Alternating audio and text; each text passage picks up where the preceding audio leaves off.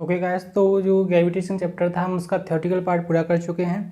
अब हम इस चैप्टर का न्यूमेरिकल करने जा रहे हैं। ठीक है, पहला क्वेश्चन पढ़िए। वो कह रहे हैं, how does the force of gravitation between two charges changes when the distance between them is reduce to half. आपको पता है जो ग्रेविटी का फोर्स था वो डिस्टेंस के इनवर्सली प्रोपोर्शनल था। डिस्टेंस के स्क्वायर के इनवर्सली प्रोपोर्शनल था। तो वो कह रहा है अगर आप इस डिस्टेंस को आधा कर देंगे तो फोर्स का क्या होगा। तो समझते अगर आप इस डिस्टेंस का आधा कर देंगे तो ये नया फोर्स होगा।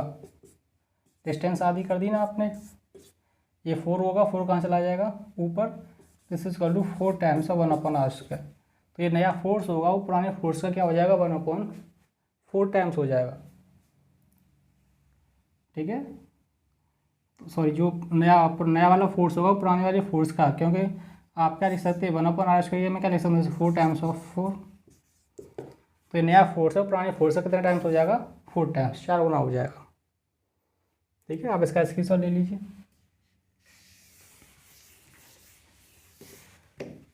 क्वेश्चन नंबर 2 देखिए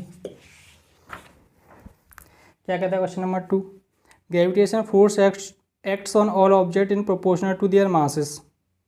Y then a heavy object does not fall faster than a lighter object.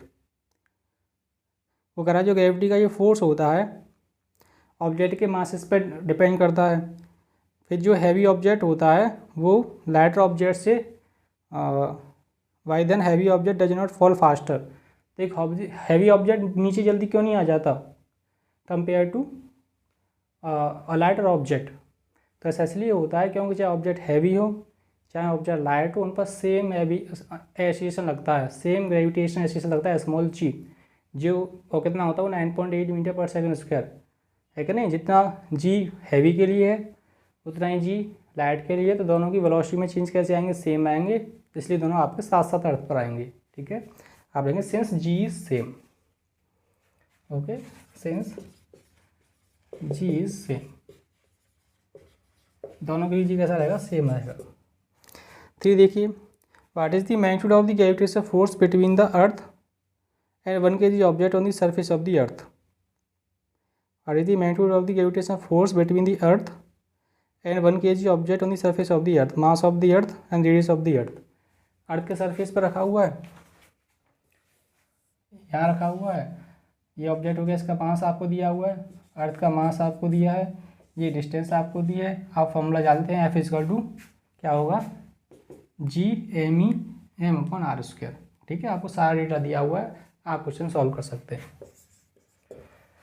4 देखिए, the earth and moon are attract to each other by gravitation force, does the earth attract the moon with the force that is greater smaller same as force which the moon attract to the earth. कि जितना moon earth पे force लगाता है, क्या exactly उतना ही earth moon force पे लगाती है, तो बिल्कुल लगाती है। क्यों लगाती है, न्यूटन्स के थर्ड लॉ से। तो आप कहेंगे yes it is same according to Newton's third law. जितना एक बॉडी दूसरी पे लगाती है उतना ही दूसरी बॉडी पहली बॉडी पे लगाती है, जो इक्वल होता है मैग्नीट्यूड में और अपोजिट होता है डायरेक्शन में। ओके, 5 देखिए, if the moon attacks the earth why does the earth not move towards the moon. देखिए क्वेश्चन सीधा सा है कि जो मून है वो अर्थ के राउंड में रिवॉल्व करता है, एक सर्कुलर पाथ पर फोर्स लग रहा है, ये मून रहा, तो फिर ये इसकी तरफ आ क्यों नहीं जाता, क्यों नहीं आता, क्यों फोर्स किधर है, टुवर्ड द सेंटर, और डिस्प्लेसमेंट किधर होता है, टेंजेंशियल। आप क्या आंसर लिखेंगे, since force is perpendicular to displacement. इस वजह से अगर फोर्स डिस्प्लेसमेंट के 90 डिग्री एंगल बनाता तो ऑब्जेक्ट कभी भी फोर्स की डायरेक्शन में नहीं चल सकता। ठीक है, 6 देखिए, what happens to the force between two objects if the mass of one object is double. तो देखिए ग्रेविटी का फोर्स क्या होता है, जैसे G/m1m2/r²। फोर्स का क्या होगा, एक मास डबल हो जाए, तो अगर ये मास डबल हो जाएगा तो फोर्स भी क्या होगा, डबल हो जाएगा। दी distance between the object is double and triple. Distance अगर आपने डबल कर दी, डबल करेंगे तो 2r हो जाएगा, इसका स्क्वायर करेंगे तो 4 तो आप डिस्टेंस बढ़ा रहे हैं तो फोर्स क्या होगा, कम होगा। कितना कम होगा, 1/4। ट्रिपल करेंगे तो ट्रिपल का स्क्वायर होगा 9, तो डिस्टेंस फिर से बढ़ी, फोर्स कम होगा। कितना कम होगा, पहले वाले का 1/9 है कि नहीं। थर्ड क्या है, the mass of both object are double. ये भी मास डबल, ये भी मास डबल, तो 2 × 2 कितना हो गया 4, तो फोर्स कितना बढ़ गया, 4 टाइम्स बढ़ गया। ठीक है, थ्योरेटिकल क्वेश्चन था आपका, हो जाएगा। ओके, क्वेश्चन नंबर 7 देखिए। वगैरह what is the importance of universal law of gravitation. मैं आपको इसे नोट्स में लिखा चुका हूँ, आप वहाँ जाके इसे देख लीजिएगा। फिर कह रहा है what is the acceleration of free fall, जो 9.8 होता है, ये भी आपको बताया जा चुका है, आप वहाँ जाके देख लीजिएगा थ्योरी में। तो कह रहा है what do we call the gravitation force between earth and an object. किसी ऑब्जेक्ट पर अर्थ जो फोर्स लगाती है उसका नाम क्या है, तो उसे बोलते हैं उस ऑब्जेक्ट का wait.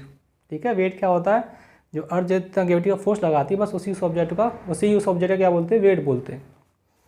Okay,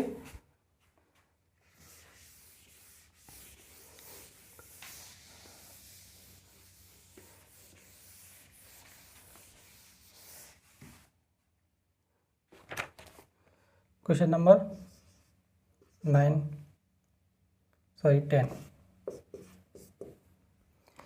Amit buys few grams of gold at the poles as per the instruction of on his friend. He hand over the same when he meets him at the equator. Will the friend agree with the weight of the gold bought? If not, why? The value of G is greater at the pole than the equator. मैंने आपको ये समझाया था, अर्थ की जो shape होती है वो होती है इस तरह से, ये होती है पोल्स और ये होती है आपकी इक्वेटर। तो अगर आप देखें, आप पोल से इक्वेटर की तरफ जाएं तो अर्थ की, यहाँ देखिए अर्थ की रेडियस ये है पोल्स पर, और इक्वेटर पर रेडियस ये है।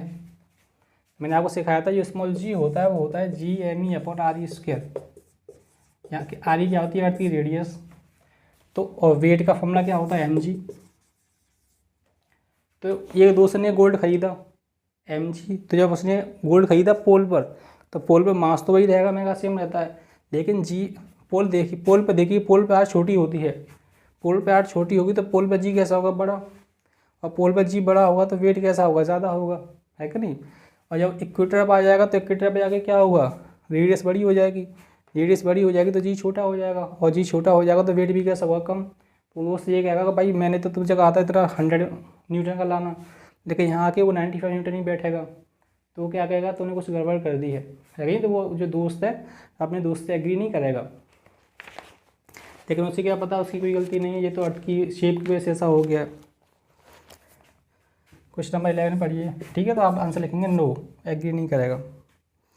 11 क्या, why does a sheet of paper fall slower then that of crumbled into the ball. Why does a sheet of paper fall slower then one that is crumbled into a ball.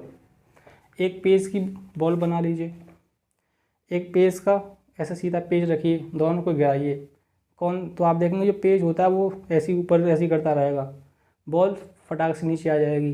तो ऐसा जब gravity दोनों में कैसी लग रही है, same. क्या कॉज है, because the paper has larger area and the air applied the force on this flat paper. तो जो फ्लैट पेपर होता है उसका एरिया ज़्यादा होता है, तो एयर क्या करती है उस पर फोर्स लगाती है, वो नीचे गिरता है ना, तो ये एयर ऊपर से ऊपर फोर्स लगाती है, इसे बाइंडिंग फोर्स बोलते हैं। तो मैंने आपसे कहा था बाइंडिंग फोर्स होता है ऑब्जेक्ट के वॉल्यूम पर डिपेंड करता है। हालांकि वो एक फ्लैट एरिया होगा तो उसका जितना ज़्यादा एरिया होगा उतना ज़्यादा बाइंडिंग का फोर्स लगेगा ऊपर की तरफ। इस पूरे पोर्शन पे एयर फोर्स लगाएगी तो क्या ज़्यादा लगेगा, लेकिन जब से बॉल बना देंगे तो एरिया कैसा बनेगा, कम बनेगा बॉल का, तो फोर्स कम लगेगा, इसी वजह से बॉल नीचे जल्दी आ जाती है, पेपर बाद में आता है। हालांकि अगर वैक्यूम होता तो दोनों साथ साथ आते। ठीक है, तो आप लिखेंगे since the paper has larger force due to air. 12 पढ़िए। Gravitation force on the surface of the moon is 1/6 as strong as force on the earth. What is the weight in Newton of 10 kg object on the moon on the earth and on the earth? देखिए अर्थ पर उसका wait क्या होगा, mg, मास कितना है 10, g कितना है question में दिया हुआ है, नहीं दिया हुआ 9.8, तो कितना हो गया 98 न्यूटन हो गया अर्थ पर। लेकिन मून पे क्या होता है, जो फोर्स है वो कितना हो जाता है 1/6। तो ये अर्थ रहा, तो मून पे अगर ये अर्थ रहा जी पर, तो मून पे मैंने कहा था वेट कम होता है किसकी वजह से, जी कम हो जाता है, इसी वजह से वेट भी क्या होता है 1/6 हो जाता है। तो आप क्या करेंगे 98 को 6 से डिवाइड कर देंगे, जो भी आंसर आएगा वो आपका वेट किस पर होगा, मून पर होगा। आप इसका स्क्रीनशॉट ले लीजिए।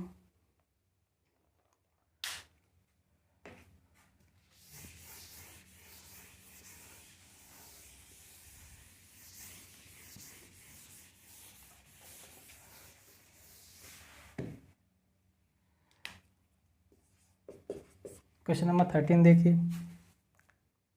A ball is thrown vertically upward with a velocity of 49 metre पर सेकंड। Calculate maximum height to which it reach. एक ऑब्जेक्ट बॉल को नीचे से ऊपर फेंका गया है, इनिशियल वेलोसिटी कितनी है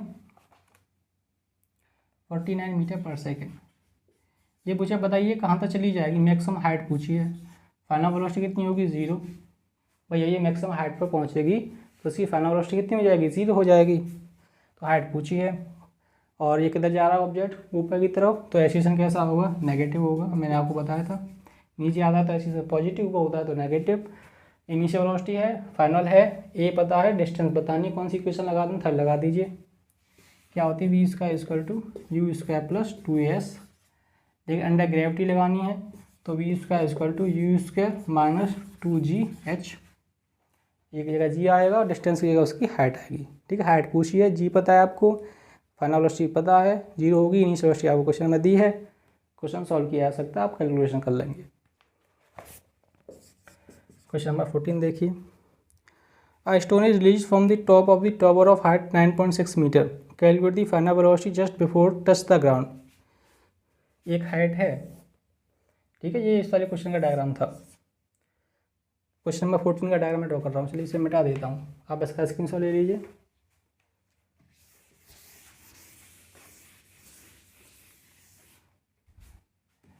क्वेश्चन नंबर 14 देखिए। A stone is released from the top of tower of height 9.6 metre. 19.6 metre की हाइट से पत्थर का टुकड़ा नीचे गिरा दिया गया।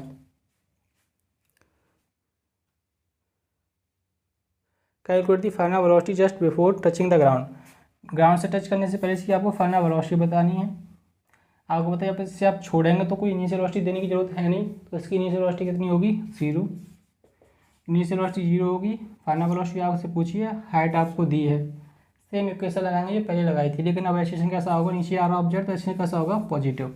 फिर से same v square equal to u square plus 2gh। तो प्लस का होगा क्योंकि ऑब्जेक्ट आपका नीचे की तरफ आ रहा। इसका स्क्रीनशॉट ले लीजिए।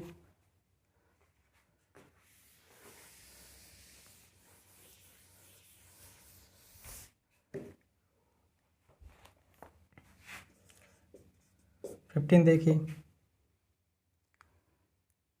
सॉरी हाँ 15 देखिए।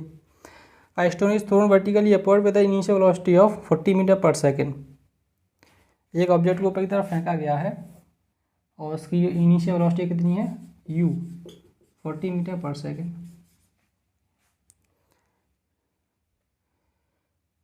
ये कितना लेना है 10 मीटर पर सेकेंड उसका, लेकिन ऊपर की तरफ जा रहा है, साइन कैसा लेंगे माइनस का। Find the maximum height reached by the stone. ये बताना है कितनी हाइट तक जाएगा, तो आपको मैक्सिमम फाइनल वेलोसिटी कितनी हो जाएगी 0, वहीं जाके तो रुक जाएगा। मैक्सिमम हाइट पूछिए, सेम क्वेश्चन है जो अभी तक करते आ रहे हैं, सेम इक्वेशन लगाएंगे आप।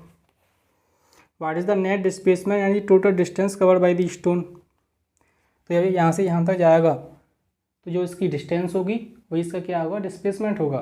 ठीक है,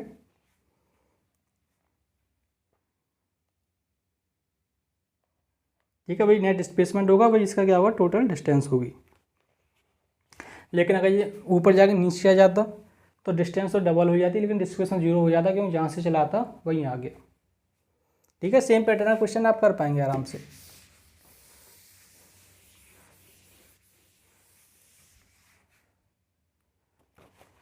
क्वेश्चन नंबर 16 देखिए। वो कह रहा है calculate the force of attraction, calculate the force of attraction between the earth and the sun given that the mass of the earth, mass of the sun, every distance between them, f is equal to g m1 m2 upon r square। g आप जानते हैं, m1 आपको पता है, m2 आप जानते हैं, distance आपको दी है, आंसर आ जाएगा। सीधा न्यूटन्स का लॉ लगाना है।